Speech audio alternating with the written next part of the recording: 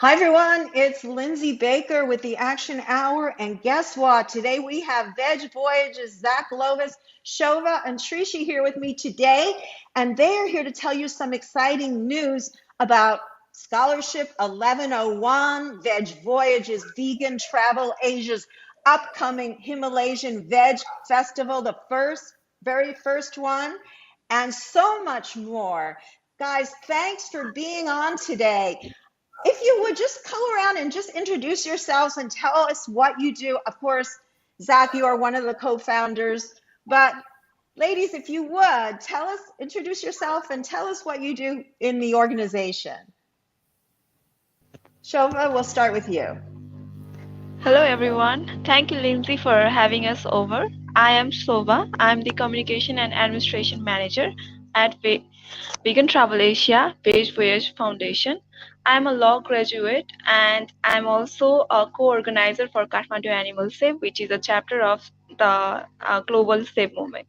Thank you. Wow. So you're with the Animal Save movement, part of the global Animal Save movement. That is amazing. Yeah. We think that we have such high regard for your organization. And Shrishi, could you tell us a little bit about your background just quickly, if you would? Hi everyone. I am an animal rights activist and environment rights activist from Nepal. I've been engaged in a couple of organizations like Animal Nepal and the Jane Goodall Institute Nepal that work for conservation along with lots of advocacy and campaigning in vegan movement and activist movement in Nepal. So I'm really glad to be here. Thanks, Lindsay. Thank you for being here. Let's jump right into the Scholarship 1101.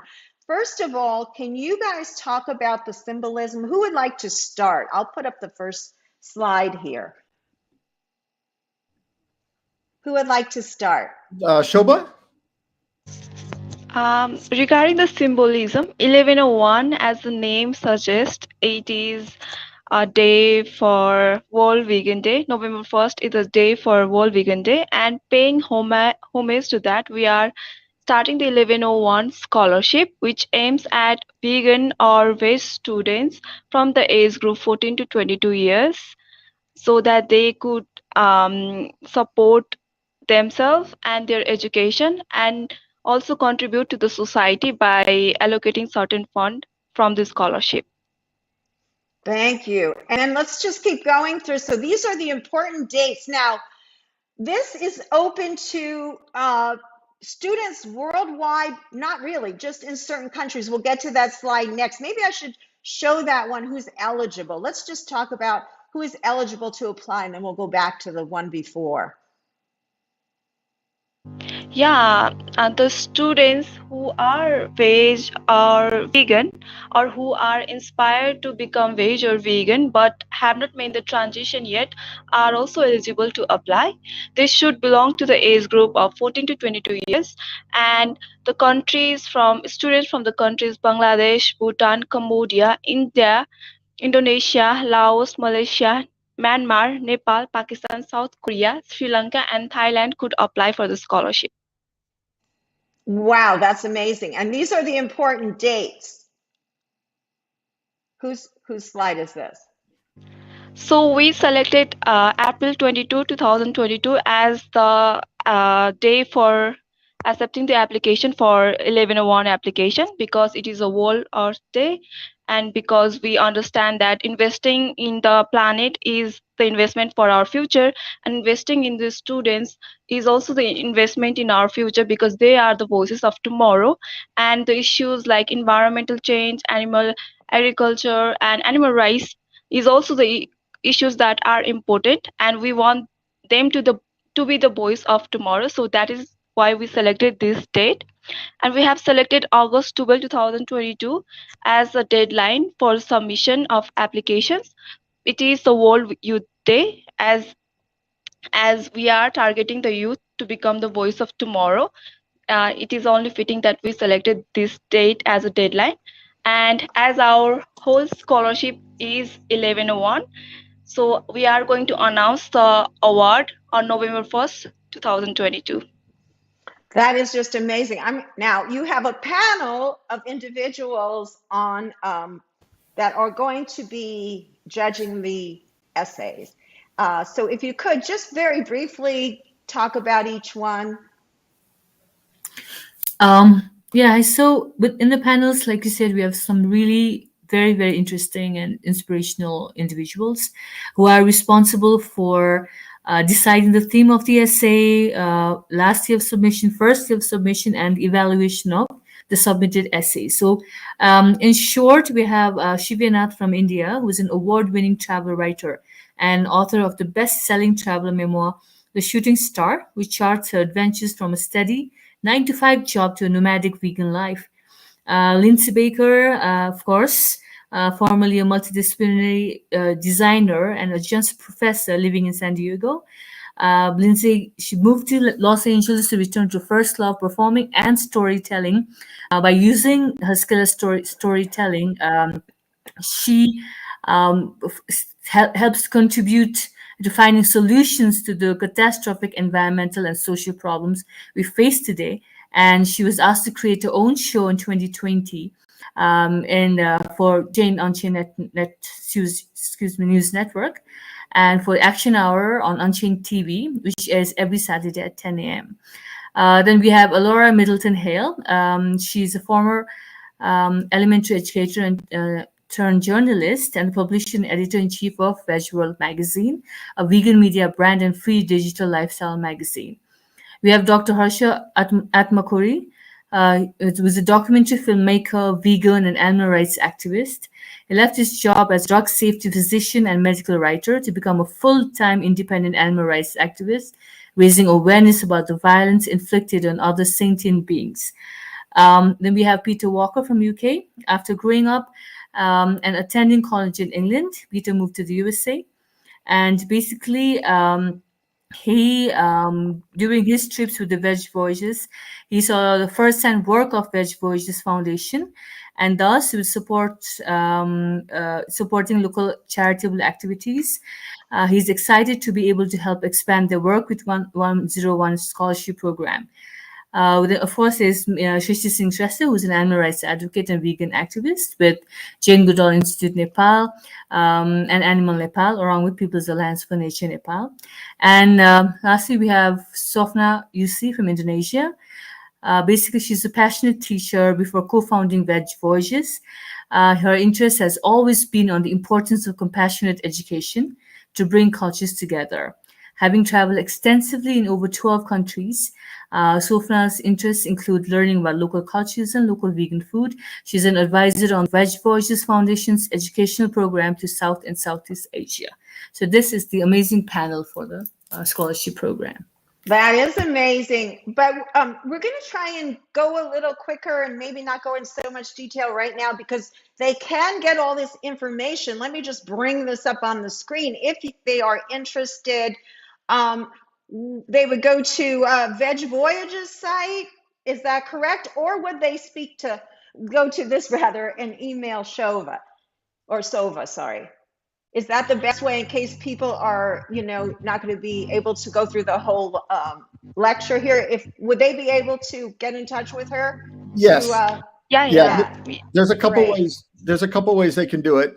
They can go to the Vegan Travel Asia or vegvoyages.com website. And there's actually a link, a place they can click on the foundation page, or actually also on the scholarship grant. They can also, an easy way to do it is though to contact also is Shoba. So the link, the email address that you just put up, and she has all the information and can guide him through. Perfect. I'll put that up again for a few moments here. If anybody knows anybody out there, any youth out there that are vegetarian or vegan, or that are interested or inclined to be vegetarian and vegan, we encourage them to apply. Any of the if they're from any of those countries. Perfect. And we'll talk a little bit more about that, but we do want to go through some more of the slides. Let's see which ones that I have not shown yet. Those are the dates, sorry. And did we speak about this one? We did just now. Here. Yes. This one here. And before it was 12 countries, and now it's up to 13 because we also are including Myanmar.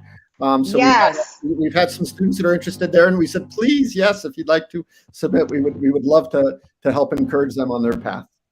Yes, and I believe, was this the another one of the slides that we should talk about, the award amount and how it's going to be. Can you talk about that? Like how the money, part of it needs to be used for them to do a certain project, I understand. Can you talk about that?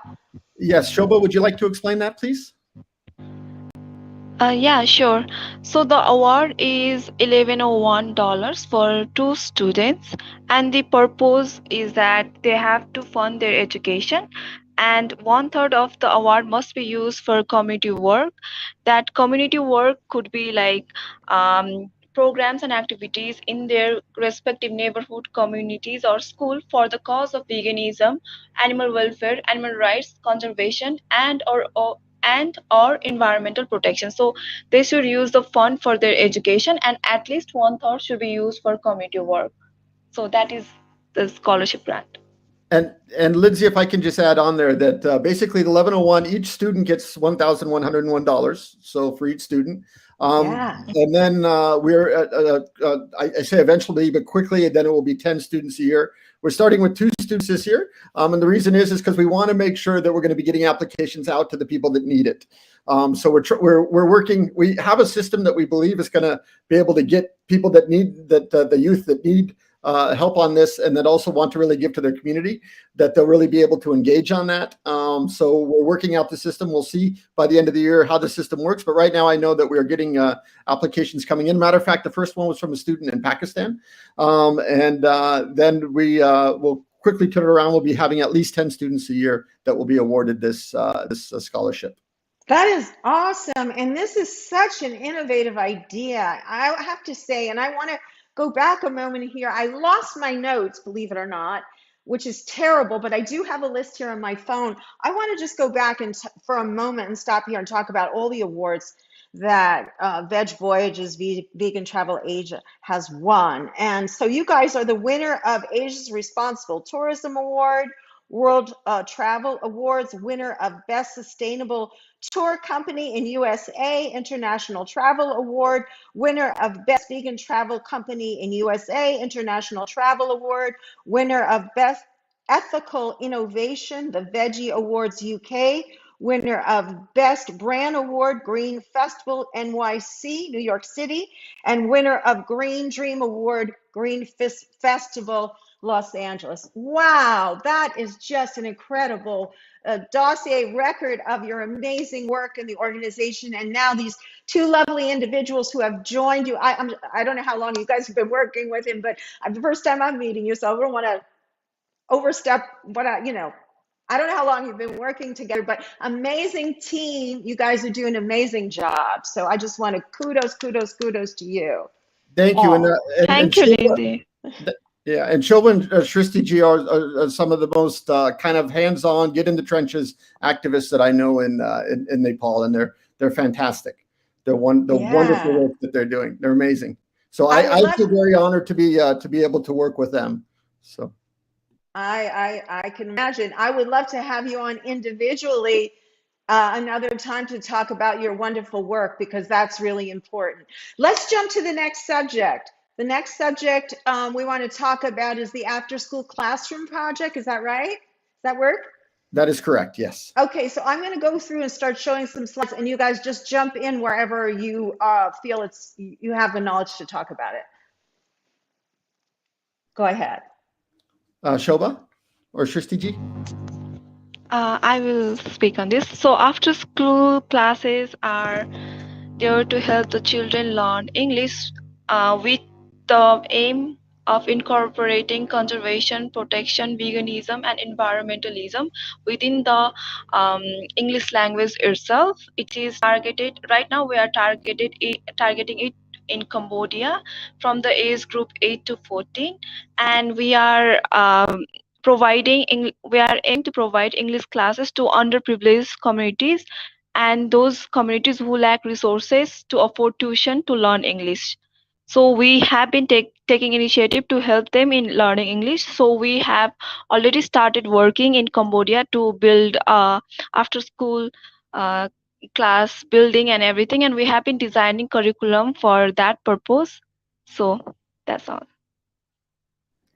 And what's interesting is that it's actually through English they're learning on about environmental concerns, conservation, plant-based diet health benefits, as well as environmental benefits, and all these things that are being incorporated into their actual English lessons. Because in a lot of places, as well as obviously when I grew up, even in the States, we didn't have that in our schools, so that awareness didn't come until a much later stage. And by that time, we've already been, I would say, indoctrinated with all these other things in our heads. So it's harder for us to absorb it. So the kids that start at these schools are about 8 years old. So right then they start learning about these issues. So they're aware of them from at the age of 8 and then onwards. And it's after school English programs, because in these areas where a lot of these kids go, there's no after school programs available. So they're at a disadvantage to the kids that grow up in the cities, especially the middle class and above kids that grow up in the cities when they come there, because they don't have all these after school programs where they can kind of increase their skills. And in English at that time is a lot of the job opportunities and all those and other kind of higher learning opportunities. You need to have a stronger skill in English in a lot of these areres. So they're put at a real disadvantage. So in addition to helping them hopefully get ahead on that level, at the same time they're going to be ahead on a different level, and that will be on knowing about conservation, environmental issues that are not only on a global level, but very much so on a local level, a regional level, and within their countries, which we find very, very important. So there are many vegan, green, conservation, environmental classes in schools that are running 6 days a week in these areas. And this is one of the classrooms on it. And all the libraries we're going to be putting now the environmental books and all these awareness books, so they can start hearing about these issues and being aware of them and make the right decisions then going forward, hopefully. So the classroom, so each classroom basically, as you see here, it has a little mini library, and then there's a mini classroom that's attached to it. I say mini classroom, but there's actually about 38 kids at this one and 50 students at the next one, the one that we're building right now.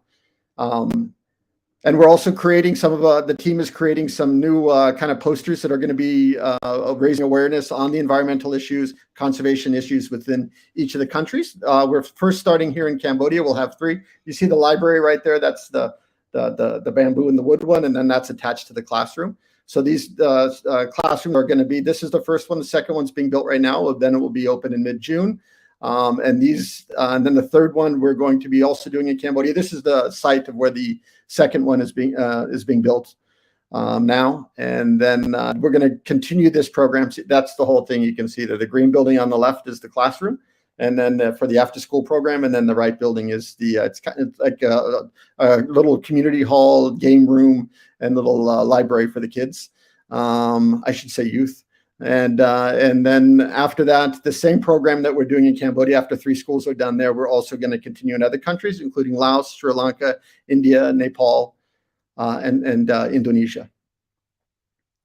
So we're trying to help them both on their English schools, as well as like they call it state tuition there, but they're after school programs in these areas where they don't have them. And then at the same time, through that, also raise awareness on important conservation issues, plant-based issues, as far as on veganism, as far as how that helps, and also for their health.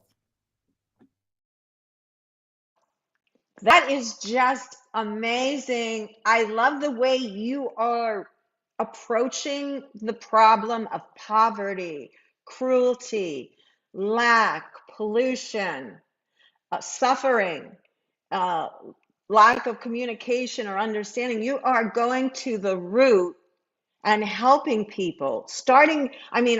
Zach, I know Veg Voyages has a long record, but I met you about 3 years ago when you COVID-19, and you guys were out there rescuing not only animals, but going into villages that basically shut down. People were starving, animals were starving. There were cancer patients you helped. It just goes on, and that's why you get all these awards. It's obvious, because you're so innovative in your approach. And no, thank you.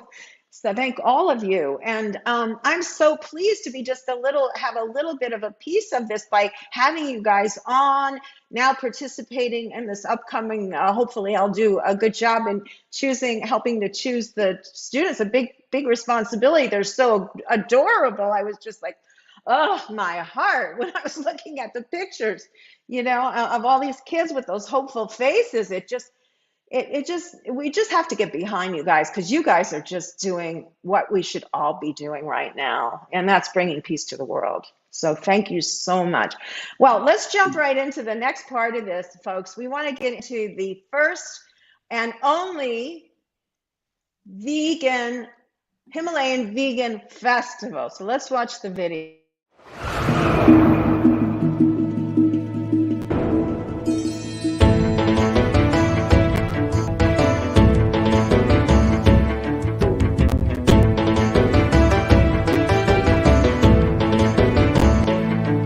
Namaste. Naso Pyabulla Rashidele. Namaste. Please listen. You want to hear some great news? Welcome to the Himalayan Vegan Festival, the first ever in the Himalaya. दक्षिण एसियाको सबैभन्दा ठुलो vegan महोत्सव यहाँहरु सबैलाई स्वागत छ. We are personally inviting you to join us on this journey. No matter your age, Ethnicity, Religion, and dietary preferences, everyone is welcome here to experience the Himalayan Festival. largest plant-based event ever in Nepal, in Bhutan, in the Himalayas. On top of the world.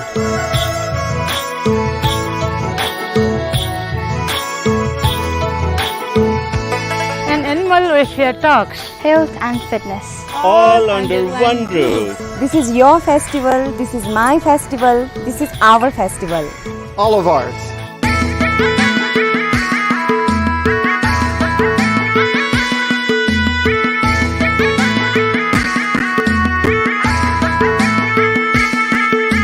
So let's dance and sing, learn and enjoy. And eat a lot of great food together.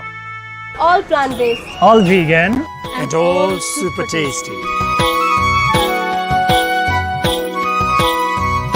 आउनुहोस् Himalayan Vegan Mahotsav सँगै मनाऊ. Come join us. We will see you here. We'll be waiting for you. Namaste. Himalayan Vegan Mahotsav नछुटाउनुहोला. Be a part of Himalayan.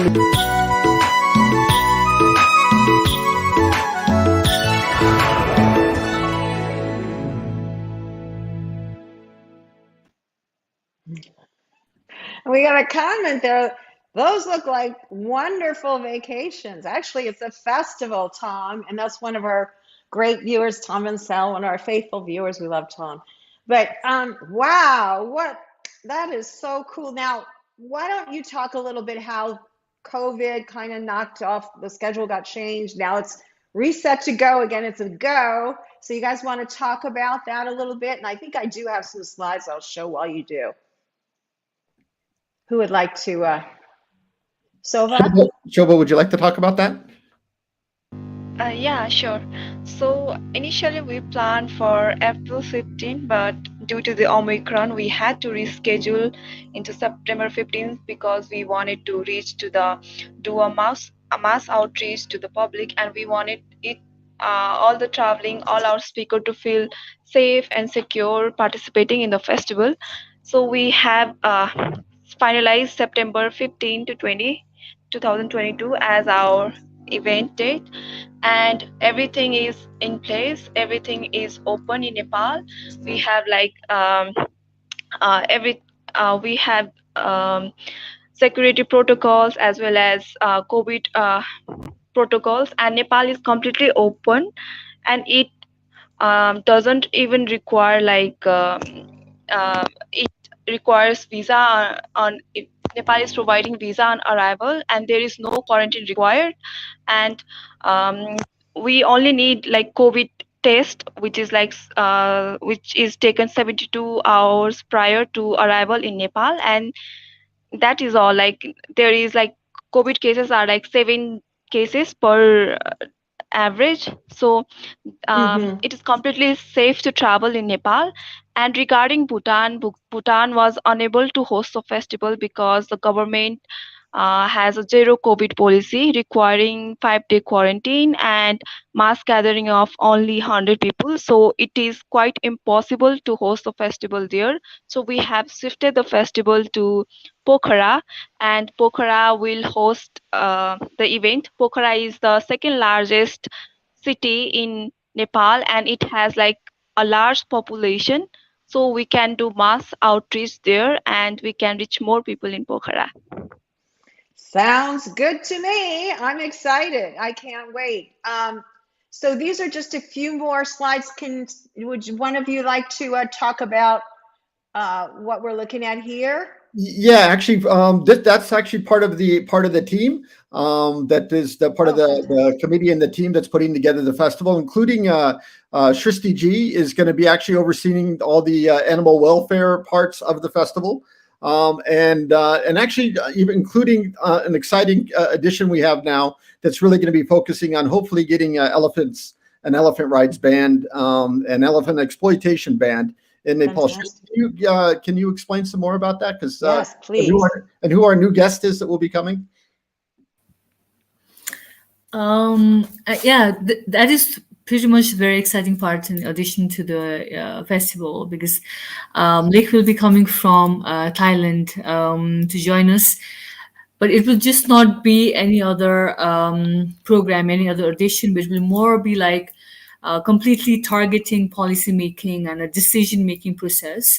It will be a collective effort from all our parts, which will be targeting the government as well as business people as well as public, to make them understand more about the elephant issue, especially captive elephant issue, the use of elephants in tourism in Nepal, and using Thailand as a perfect example of what Lake is doing there in the elephant sanctuary, but also an economic model, and which also can be copied by Nepal, by people here. And hopefully by doing that, we'll be able to ban the ride altogether and create a very sustainable model of tourism that we'll be able to follow, so that it all not only benefits the elephants, but also the communities as a whole. So that's something we are very, very much excited, because it will not only include panels and speaker session and so forth, along with workshops, but will also include press conference. It will also include lots of sit downs with policymakers, with all the stakeholders, so that we can actually bring change through this festival in the long term for our elephants here. Yeah, if I've missed something, then Zach, please feel to add.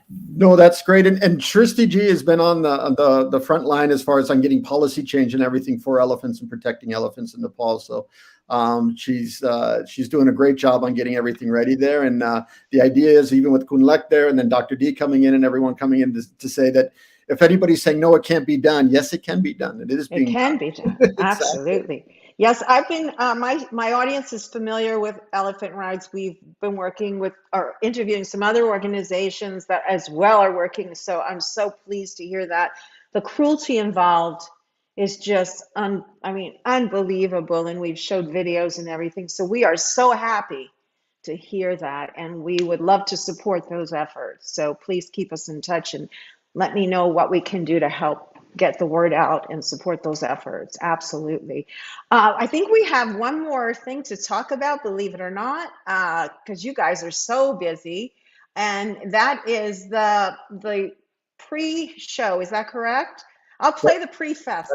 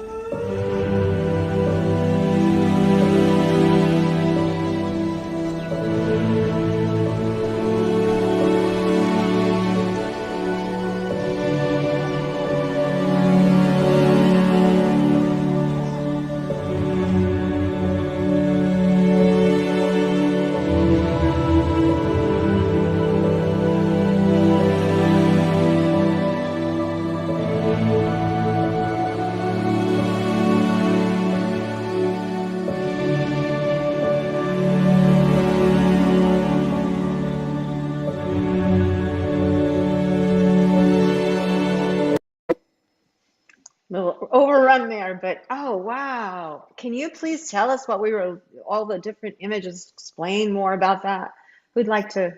Yeah, I'll begin. That just so it's the program pre-festival event is going to be called Climate Change, Conservation, a Plant-Based Diet, and Buddhism in the 21st Century. And basically it's a discussion and a discourse as well as an awareness where Buddhists, from all, environmentalists, vegans, as well as Buddhists from around the world are gathering there.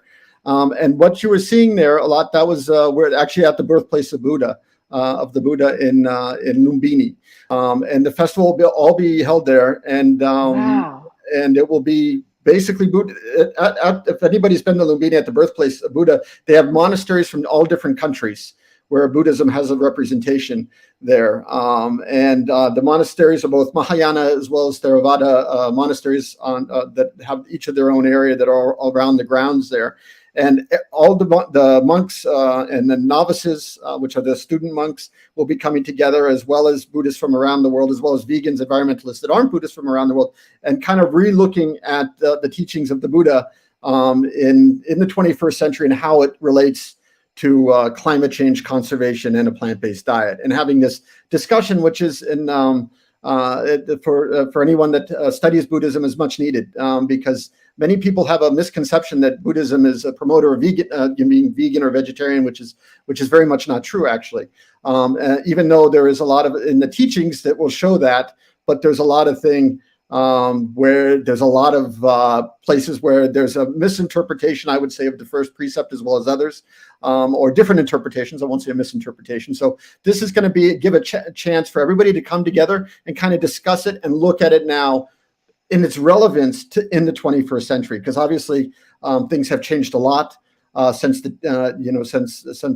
Buddha was giving his first teachings, and now making what is that relevance today now in the 21st century with climate change, with species countless amount of species that are becoming going extinct every year. And how can our diets and the individual stuff that we do on a daily basis, which is so much about what the teachings of Buddha are, can make a difference in that. And so we're really excited about this, and we're getting so much support actually from the communities that are down there in Lumbini for this event. So we're really looking forward. Wow. And let's show the poster right now, and you can to a Westerner not familiar with the area that might like to join this, if they're listening, how would they get there? A little bit more of the details. Let me ask this question too, and then you can answer both. You could go to one or the other or both, obviously, right? But how far apart are they? Can you address some of that? Sure. Yeah, so Shobha, can you address that? But I just want to, real quick on Tom's comment. A lot of the Buddhist centers that you find in the West are vegetarian, which is great. But actually in a lot of the traditions, especially in Theravada, which is the Southern school of Buddhism, there is less of actually how would you say, less of a vegetarian movement. So most of the Buddhists that you do find that are vegetarian, with exception, are usually of the Mahayana school of Buddhism. And in the Theravada schools, which you have like in Thailand and in Sri Lanka and Laos and Cambodia, it's not, being vegetarian is not really, it's not even really talked about as an issue. And even in the Theravada communities, a lot of times they compare that tradition to being more associated with the Mahayana school. That being said, there are some great Theravada Buddhist monks out there that are really promoting veganism, vegetarianism, including ones that are helping with this program there. So this is what will be very interesting, is getting all the different schools of Buddhism together, where then they can talk about this and the relevance, and especially now, again, reapproaching these teachings now in the 21st century, which is so important. And then Shobha and Tristi, please, if you can explain the rest. Sorry for me jumping on that. I just want to explain the whole note. It's great. Absolutely. So regarding how to get there, so our itinerary is that we would have the pre-festival in Lumbini on 13th September and 14th September, and on 15th September we would be in Kathmandu. So from Kathmandu to the Lumbini, where we are going, we have like we have to take like 30 minutes of flight, but don't worry, we would be using a carbon neutral airline, and we are also doing a carbon offset program by planting trees with the use in Lumbini and in Kathmandu as well, to offset any carbon footprint that might be emitted in the festival itself. So yeah, everything is planned out. Lindsay, you're on mute. That's so amazing. I just shouted out, so it's probably better. They didn't hear me. No, that's so amazing. You guys think of everything. You really are in alignment with your values and everything that you do. And that's such a good example to set. It's hard. I'm sure it's difficult. Is it difficult, Zach? Is it difficult because you do a lot of the planning? I'm sure you all do, but is it difficult in your experience, Zach, to always keep all the travel agency and all the components and all the programs in alignment with vegan values? It's not it. Let's see. At first it is, but once the awareness is there, then it's easy. So once the awareness is there, and that's what it mostly is. It's basically raising awareness, and which is what we plan to do even at the festival. That's why we have a lot of even classes and workshops that are geared towards the hospitality industry, that are free, that we're inviting F&B managers, we're inviting hospitality students, what have you, from restaurants to hotels, to travel agencies, to trekking companies and all that. And it's just raising the awareness. Once the awareness is there, we find that a lot of people are very open to it, and they get right on board, and it's which is nice, because then they're aware of it forever. So it's just kind of getting that awareness. Once that awareness is there, then it starts changing. And so we're it's just the beginning part that's a little difficult, but again, it's not too difficult, especially like in Nepal. And Trishti, you please elaborate on this. But as you know, there's so many things that that once you say it they're like vegan friendly, and a plant-based diet for a lot of communities made up a good portion of what they ate, rather than what people ate, rather than just like, oh my gosh, I have no idea what that is. It's interesting that you mentioned that, because I'm from Italian background, and a lot of the dishes, my grandmother, who was very poor, and she had to adopt 4 of her daughter's children. So she was like her and her husband during, I think, the Depression, were actually supporting a large family, and all the food was basically plants and beans and legumes and all. And just, they would use meat for flavor. It was like a big treat. And the sad thing is, now some of the countries, the lesser fortunate countries that are becoming more westernized and practicing capitalism, are going for the meat. So they're changing their diet to the meat, and that's why the education is so important. Would you ladies like to weigh in? We have about 20 minutes, so I'd like to give you all a chance. Anything we missed to or any thoughts you want to share, we'll go clockwise around. Skip me, but go clockwise around. So go ahead, Trishti, if you would. Anything you'd like to add? Yeah, I think what Zach just said right now, it's like what you also kind of added to that, is really, really true in Nepal as well. Lots of people really don't know that they're actually having vegan food every single day of their life, unless it's pointed out and basically said by us, see, this is vegan food too. It's very easy. It's our culture. It's everyday culture. Eating food that's vegan just means like taking out just 1 or 2 dishes out of the food system. Otherwise, everything is vegan. And basically, we are very, very blessed in Nepal, especially around in most places in Nepal, where we get like year-long supply of vegetables, and really good vegetables, and really nutritious vegetables. And the only aspect here is, again, like we talked about, the awareness part of it. And the awareness part is also not that difficult. It's just to make them realize we're not adding something else to what other people are really kind of habitual to, but actually showing them that whatever we've been doing, whatever our grandparents have been doing for all these years, is actually doing a plant-based food. And that's something which is actually, that is why it's getting so much momentum here in Nepal as well. Because when I turned vegan years back, there was very, very few vegans then, and also not much information was being channelized. But now, like everywhere I go, I see so many vegan young people, especially young people like Shova, who are doing so much for the planet and for the animals. So yes, it is growing, and the very basic reason for it growing is because of the information dissemination that's happening, for sure. That's really good to hear. Shova, would you like to weigh in?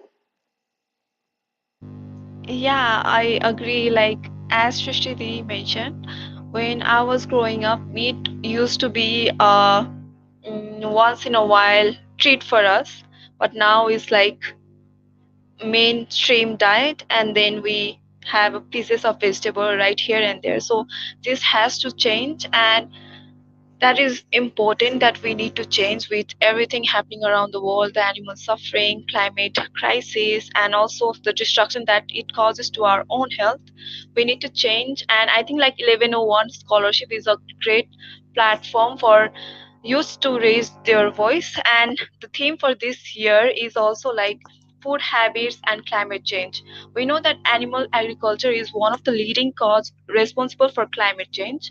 So we want the students to connect this dot with our food habit and the climate change, and address the problem that might occur in their respective society due to the consumption of animal products and any climate activities like climate change they have been facing in their communities, so that we could address it in their locality. We could go to the grassroots level and address those issues and find a solution from within the community.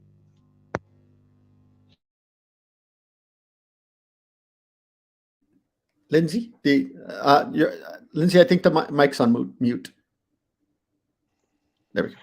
So yes, that's really great to hear. And now I want to give it over to Zach. I think, so if you could maybe try not holding it, because I hear a little buzz.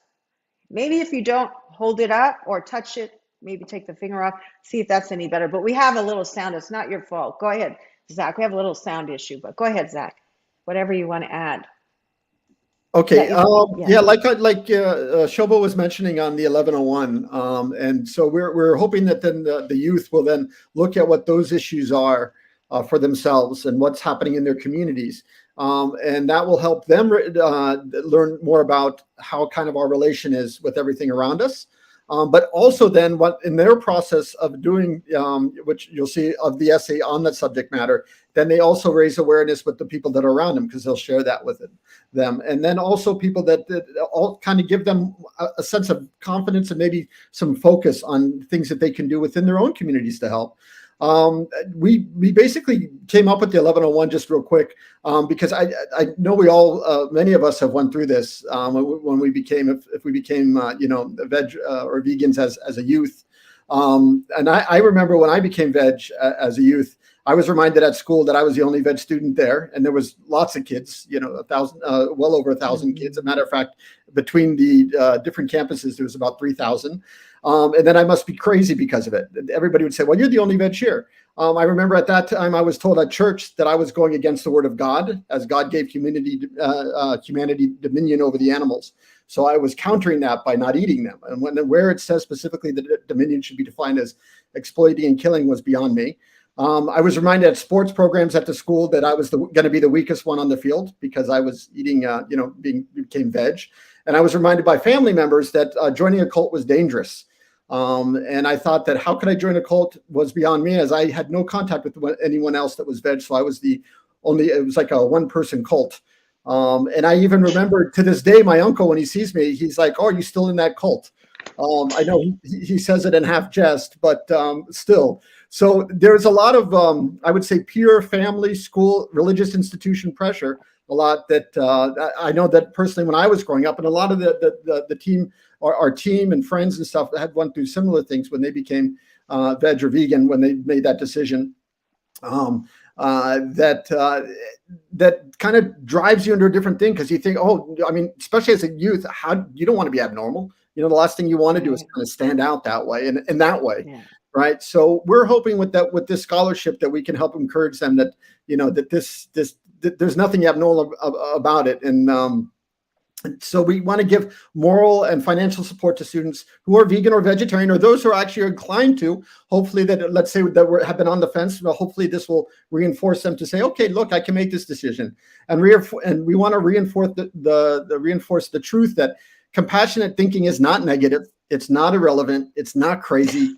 It's not old school in some cultures, and it's not falling into a cult or weak or anything else negative. So that's kind of our goal behind it. Yes, and I think the youth are open to that message so much more. I totally agree about, becoming vegan, having a terrible time. Lucky for me, I became vegan about 7 years ago. And when I was first vegan, my family's like, what is going on? Not that I was so far. I was vegetarian before that. But then when I stopped, then I was like the weirdo that doesn't eat meat, doesn't eat dairy, doesn't eat fish. Well, doesn't eat fish or dairy, like how weird you are. You won't even eat that. Exactly what you said.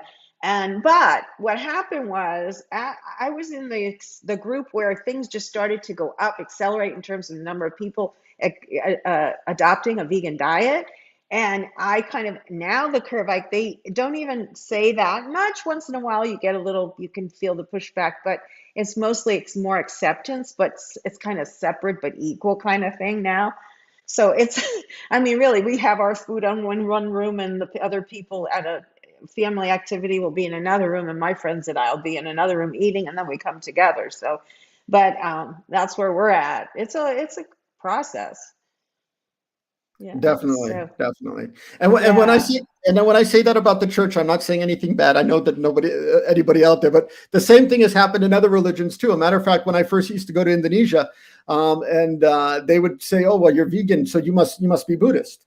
Because you're being a vegan. So the only vegans that people would know there were or that even vegetarians that they knew were Buddhists.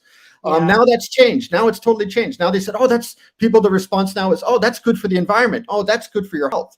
But then at the same time, when I would go to Sri Lanka in the beginning, if I said I was vegan, they say, oh, you must be Hindu, because they're about a Buddhist country. Most of them are not vegetarian. So the vegetarians that they knew were Hindus. And then, but the thing is most of the vegetarians that are Hindus in Sri Lanka have dairy. So I wasn't a vegan and all that. So what I'm saying, every faith, every walk of life, there's different interpretations, but that is changing, like you said. And now the response from people is that, that's good for health, or that's really good for the environment, or I'm eating less meat, or stuff like that. So it's not the same kind of pushback in general that I find. So, Shobha or Srishti, are you finding there being a change in the culture in Nepal now on that, or is it, or are we waiting for that to happen after the festival? Yeah.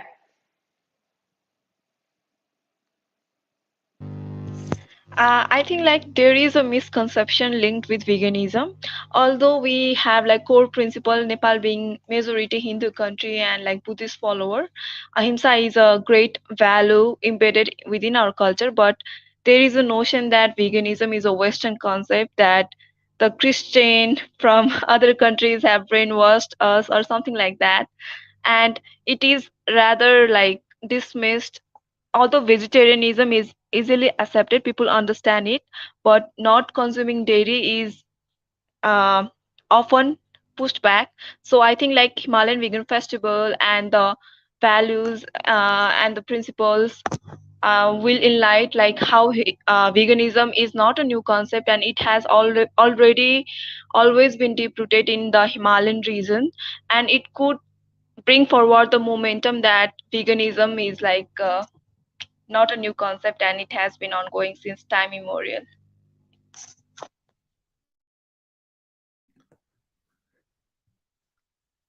Sorry, Lindsay, the mute.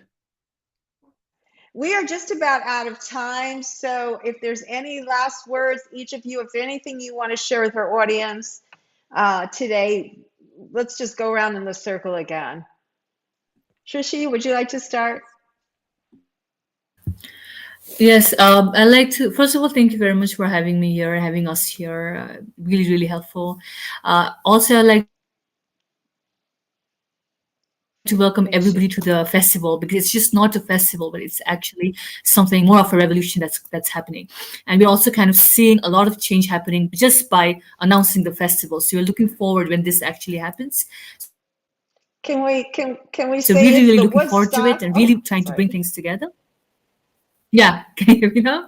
So Yeah, yeah, you I cut hope out that for a sec. everybody comes and everybody joins us. And if you have any information that you need, of course, you can visit the website. Thank you very much. Yeah, sure. Absolutely. I'm sorry you cut out for a moment, but I was going to say it's kind of like the vegan version of Woodstock, maybe a revolution.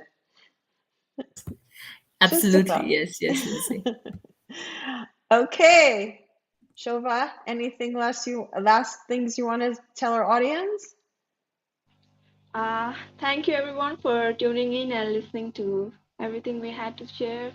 And I hope like you share the word about Himalayan Vegan Festival and as well as 1101 scholarship. We are looking forward to host you in the festival, and we are very thankful for your support. Oh, absolutely. Thank you guys for being on. Remember, guys, this is an opportunity to go to another country, experience a lot of different cultural things and opportunities and learn, and just a wonderful experience. So if you can possibly make it, and spread the word, share this video out to help everyone know about what's going on. Thank you so much for watching, and we'll be back with you next week. So bye for now. Thanks everyone for being on. Thank you. Bye.